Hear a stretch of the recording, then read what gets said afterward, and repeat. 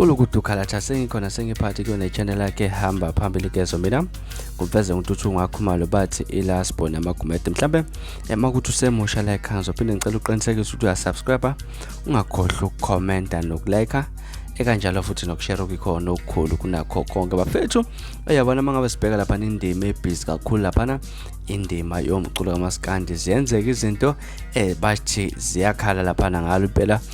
ulwimi lomaskandi lapha kuMthandeni umfoka amanqele uthe uzocacisa kabanzi lapha ngemayelana nomcimbi okuthiwa lapha uqashwe kuwo kodwa yena angazi kube sededela ipost bekade ifundeka kanjena inform abalandeli bakhe lapha ngokuthi igqokama lizobe liphawula kokuqala mayelana nepicnic elimatanisa nayo lapha ngabantu lona lingakaze lithi vongayo phethe siliphinde futhi elethule nosuku lokuphuma lapha kwe-CD yalo kuthe kusenjalo ke abantu basabhekela impela ukuthi mhlambe uzoshaya lapha nomhla ka3 bese igqokama elisha lapha liyaphawula mayelana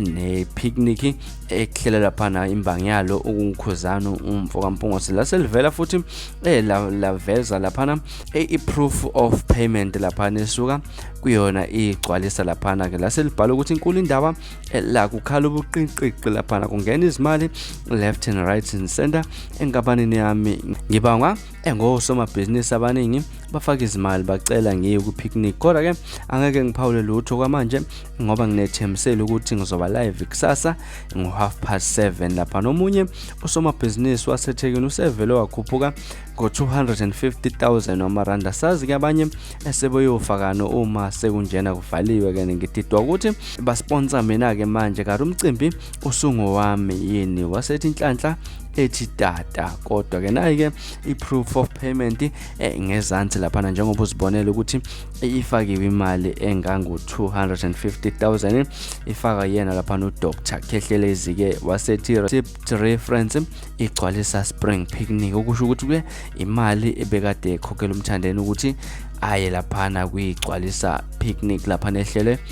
ukhuzana umfoka mpungosi kuthe kusenjalo ke ewasephawula lapha ukhuzani engicabanga ukuthi uqeda ukuyibona le post ewasekhipha nayo statement ekade sifunde kanjena wathi sekufikile nakumina ukuthi kunemali esithathe kwenye yezinyanga eziseThekwini ukusetshenziswa igama lomcimbi igcwalisa spring picnic lokho ke kasikhuthaza kubaculi ukwamukela izimali basebenzisa igama lomcimbi izingxoxo zonke eziphakathi kwabahleli bomcimbi kanjalo futhi nabaculi zibhalwe phansi kanjalo futhi nesivumelano sezimali zibhalwe phansi lapha le mali ke osokukhokhisa yona inyanga kwathiwa ifaka imali ukuze lo mculi azoze emcimbini icala ngokomthetho ke walapha eMzansi ongabosha enanokubosha wasiyacela ke leyo mali ibuyisele emuva kungasetshenziswa igama lomcimbi ukukhiphisa abathili izimali uMthandeni mfethu uma lento uyenzile ayifani nawo okunqumela umuntu ugwayikati ukuthi akafaka imali engango 250,000 noma rand namhlanje ukuze zoze emcimbini lokho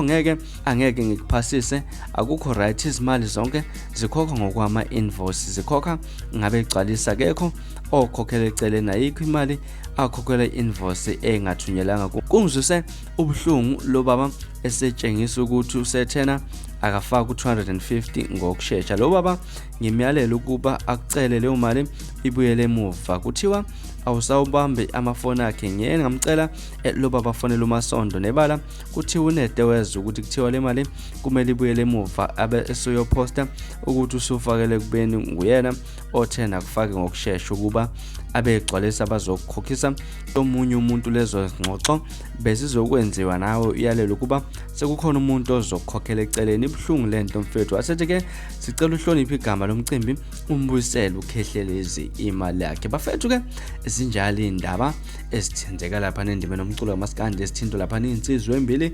ekanye intathu lapha nokhuzana umfoka mpungosi uMthandeni umfoka amanqele kanjalo futhi nensizwa